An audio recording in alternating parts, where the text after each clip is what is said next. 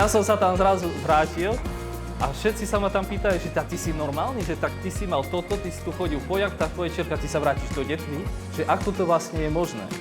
Skadekoľvek. To je jedno, kde ja, či budem tu teraz na hlavnej ulici, sedieť na káve, môžem pracovať, keď budem niekde v zahraničí, môžem stále pracovať. Takže ten digitál je fakt úplne super vec, ktoré sú obrovské príležitosti.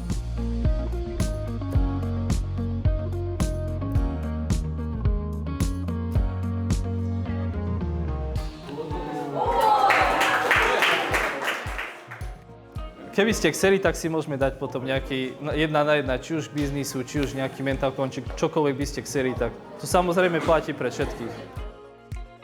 Spoznáš ľudí, spoznáš prostredie a zrazu potom vypáriš to úplne, čo si ani netušil, že spoznáš správnych ľudí